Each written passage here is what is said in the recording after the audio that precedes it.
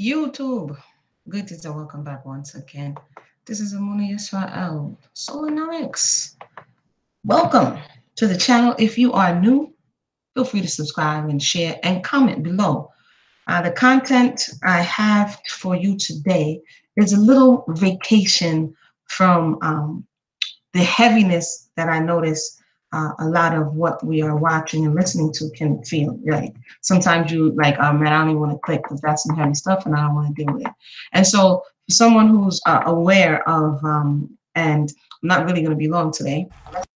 Sorry, let me put this thing on mute here. Someone who's aware of the need for balance, I said, you know what? And I've been listening to a lot of the audiobooks, and I said, you know what? Let me share a lighthearted story, a novella that I wrote, and I'm going to read it. It's short, so I'm just going to read portions each day, kind of to lighten the heaviness. I will be. The phone is playing. One second. Hold on, everybody.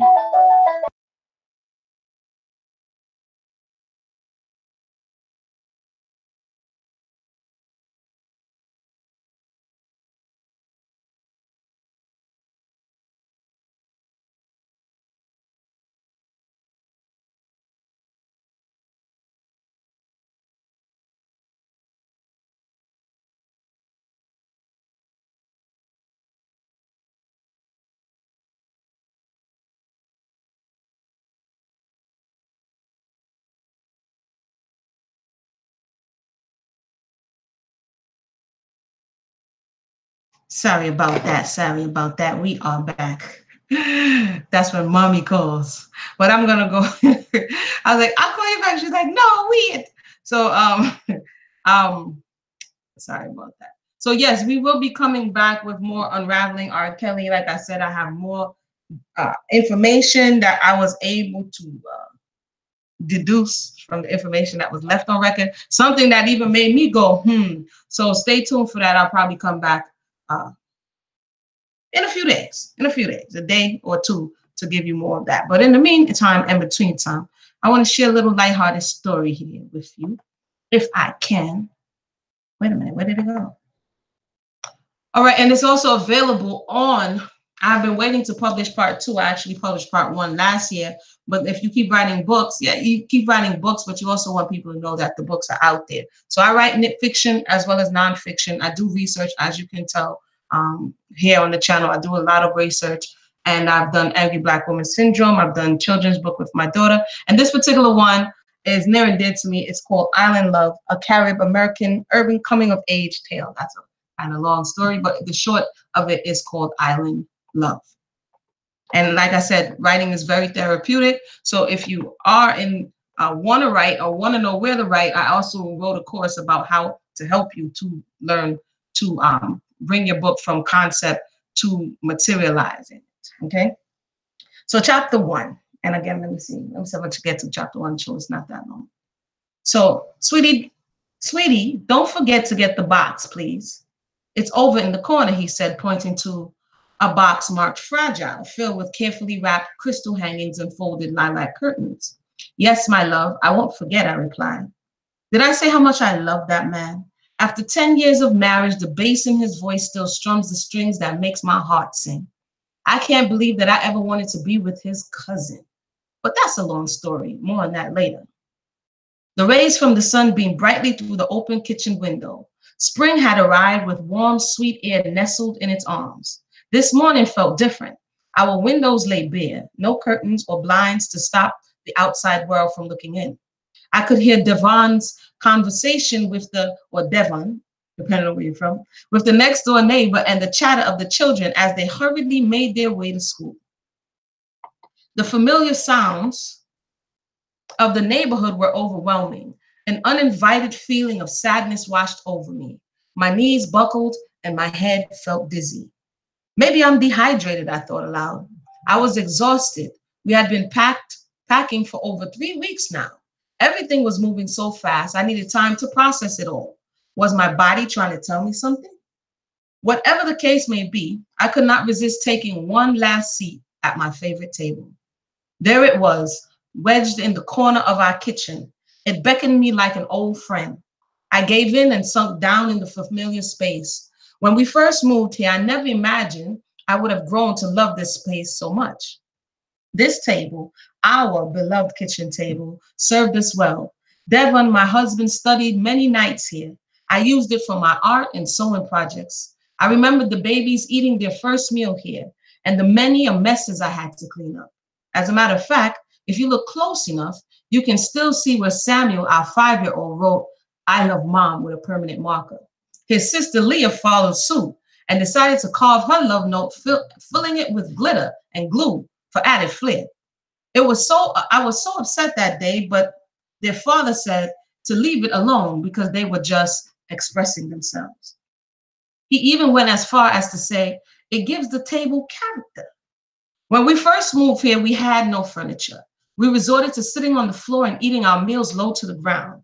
It was a challenge at first, but Devon and I would tell stories to ease our discomfort.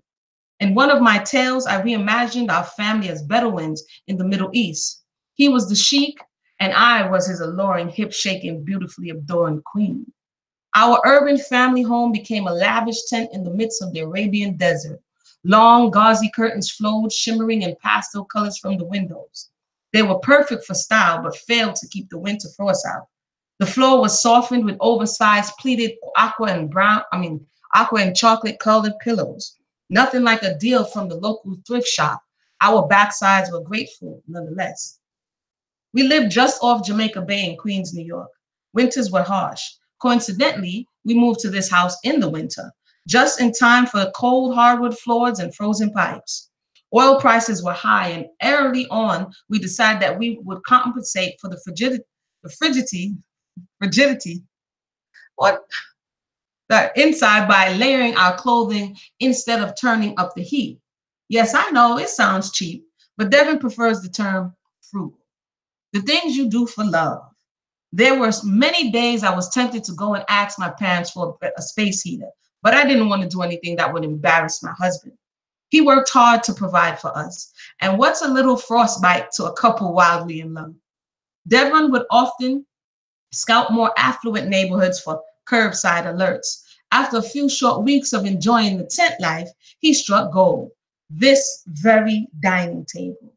We cleaned it up, of course, and sanitized it and sanded down and gave it a fresh coat of paint.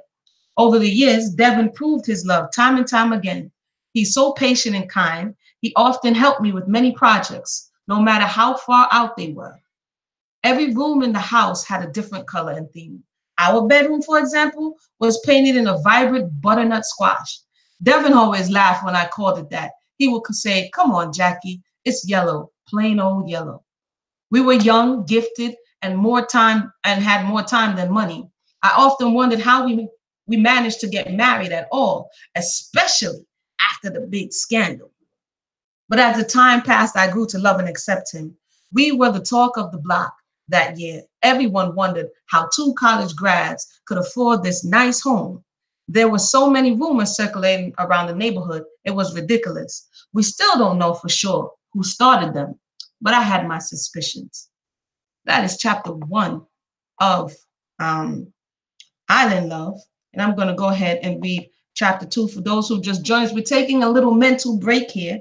And what you're hearing is the reading of a novella I released last year called Island Love. It's supposed to be a 4-part. The first part is out on Amazon. So I'm just going to go ahead and read it through because I know sometimes people don't have the time to stop and read. And I was listening to so many audiobooks that it reminded me of the Left Project. For those who missed the Left Project, it's all throughout this channel. But I was reading heavier content books dealing with slavery. And so this is a lighter hearted book. So I'm going to continue to chapter 2. Just drop your thoughts in the box on the side and let me know how you like it. And don't worry, we'll get back to R. Kelly in a little bit.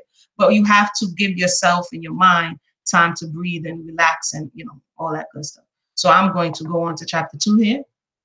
Chapter 2. So you're talking. Let me read the overview for really quick. What could be more innocent than a good girl's first crush? Jackie Brown was a sheltered teen who only knew sports and school. But when the new boy piques her interest, she makes up her mind to take a chance at the game of love. But when her not so secret admirer decides To up the ante, the deck is shuffled and something goes terribly wrong. As secrets pile up, a mistake she made in high school may cost her real love in the future. Will she reveal her hand in time, or will her secret destroy her chance of true love forever?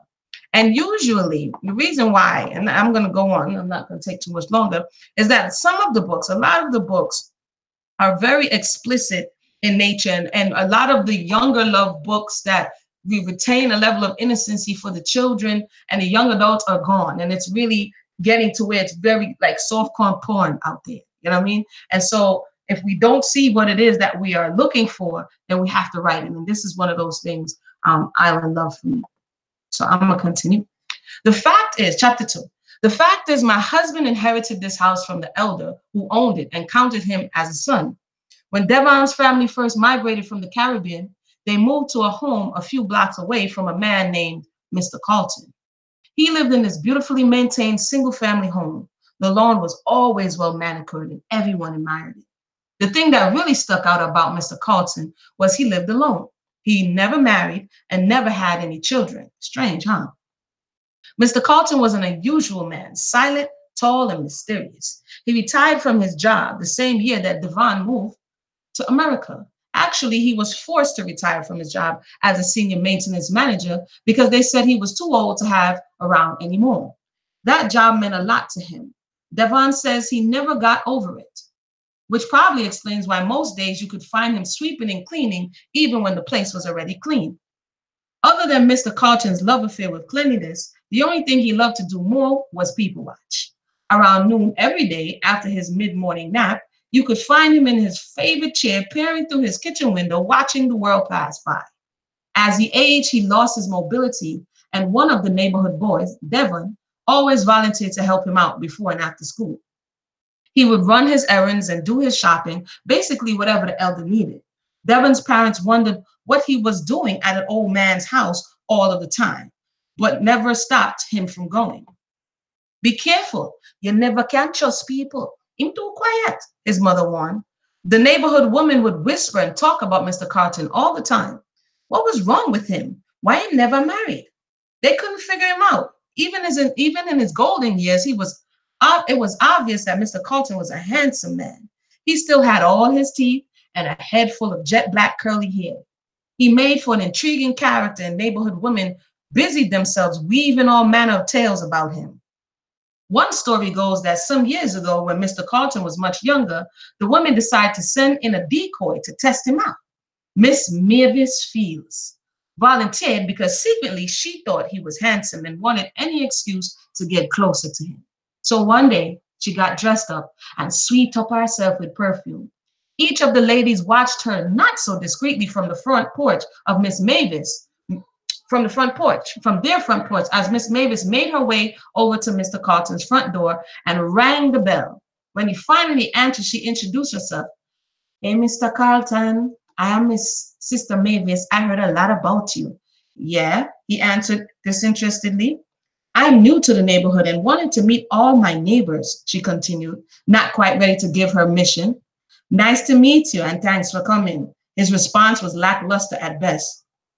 Aren't you going to invite me in for a drink or something? She inquired coyly. In where? He retorted. Ma'am, I don't know you. You could be a madman for all I know. But before she could convince him otherwise, he slammed the door loudly in her face. Bang! The ladies who were watching in suspense suddenly erupted into fits of laughter at Miss Mavis' epic fail with Mr. Carlton. Devon seems to be the only person who he allowed to get close to him. He became like the grandson he never had, and Mr. Carlton was generally grateful to Devon for all his help. He lived at 198 Newhall Avenue, which was located at one of the better and more beautiful areas in New York City. Unfortunately, 2 weeks after Devon graduated from college, Mr. Carlton died, and with no one else to trust, he had asked Devon to ensure all of his burial wishes were carried out. He was a meticulous man, and he had already finalized all his burial needs. Even though his neighbors never had an opportunity to get close to him, many longtime associates came to the funeral, some out of concern and some out of curiosity. Eager to find out what would become of the dead left, In Patois, deadleft is a Caribbean term referring to any inheritance or articles that the deceased may have willed to family, friends, etc. The funeral was quiet and uneventful. The service had a full house, but no family members showed. The following week, Devon received a certified letter in the mail summoning him to the office of Attorney Basil Thompson. Devon was frightened out of his wits. He racked his brain for any high school indiscretion. Let me go back. For any high school indiscretion, but he had never been in any real trouble. Maybe the letter was meant for his cousin Trevor, who still used Devon's house as his official address, even though he rarely came home from running the streets anymore. I remember that phone call. The sky had darkened. It was set to rain all day. Around 3 p.m. that afternoon, thunder and lightning began to roll in. Jackie, a letter came here for me. From a lawyer, his voice overflowed with concern. A liar, I explained. Jackie, get off the phone, my mother bellowed. You know, say thunder and lightning. I can't stay long, so talk quick. I can't stay long, so talk quick. What did you do? I questioned him. He sounded upset, so I suggested I accompany him to the lawyer's office. Devon agreed and came by my parents' house the next day to pick me up. Together, we arrived at Esquire Basil Thompson's office at noon sharp. It is funny how much parents have changed since I graduated from high school, or funny how much my parents have changed since I graduated from high school. What am I saying? Rewind. It is funny how much my parents have changed since I graduated from college. Only in my wildest dreams could man come and pick me up before now. Anywho, as soon as we arrived at Mr. Thompson's office, we were greeted by his receptionist. Is Mr. Thompson in? Devon asked. Is who you? She asked while eyeing us clearly unimpressed. Is who, me? I'm here to see Mr. Thompson. Is he in? Devon asked, equally unimpressed with her lack of professionalism. No, need to get snappy, sir, she replied. Him in at the back, pointing her finger. That point is just so funny to me. I'm sorry. I'm trying to keep a straight face. She is off the chain. I wrote the book and she's off the chain. She makes me laugh every time. I'm sorry. No need to get snappy, sir, she replied. Him in at the back, pointing her finger towards the slightly ajar office door off to the side. Her candy red nails sailed through the air. They curved like claws at the end, which always left me wondering how women with long nails cook, clean, or even wipe themselves safely. My red carpet run down of Rita, the receptionist, was cut short by the sound of Devon's voice. Can you get him or at least call him for us? Devon asked, still expecting some kind of formality from her. Just go ahead, she responded, waving us off. As we approached the door, we heard what sounded like, I'm sorry. As we approached the door, we heard what sounded like Mr. Thompson laughing and whispering into the phone. No worries, my wife will never know. I will call you later. Then there was a lip smack sound followed by more whispering. Devon and I looked at one another. We shrugged our shoulders and decided we should knock on 3. 1, 2, 3. The door whined as it slowly opened wider. Thank. The receiver crashed down loudly as Mr. Thompson abruptly slammed it down. We must have startled him because we could hear the rustling of papers as he clumsily shuffled through the documents strewn all over his desk. He grabbed one at random and began began starting at it with exaggerated concentration. Ahem. Who is it? He called. Staring at it with exaggerated concentration. Ahem. Who is it? He called from behind his desk. I'm Devon Clark, and this is my fiancée, Jackie. We have a 12 o'clock appointment, Devon responded. The tightened grip of Devon's hand in mine jarred me away from the health inspection. I refocused my attention back to our, wait, I jumped ahead. Yeah, I'm gonna have to be continued. Hold on, let me go back. Okay, I'm gonna have to be continued. I'm not finished, but the sun is dropping on me. Let me see how much more I have to go. Oh yeah, chapter 2 is kind of long. I'm gonna come back. I'm gonna come back. Again, this is just a little reprieve, like comedy hour, because I kind of wrote it in a comedy kind of voice, because that's the other side that lets me process all the madness and craziness. So if you're enjoying it, feel free to drop a comment below. And that's in the middle of chapter 2. So I'm gonna come back on the other side to speak more about, or to read more about Enjoying the story on your ride home. Yeah, I'm glad you're enjoying it. I'm sorry I got to cut it short right now, but I will come back and read the remaining of chapter 2 because it gets funnier. Every time I read this story, it's funny. So it gets funny. I want to thank everybody for tuning in. I'll see you on the other side of the Saturday when the sun goes down. All right? Everybody have a blessed day. And if you want to know what happens, it's also on Amazon. But if you want me to read it, just come back and we'll talk more about it. All right? Everybody have a blessed day and drive safe.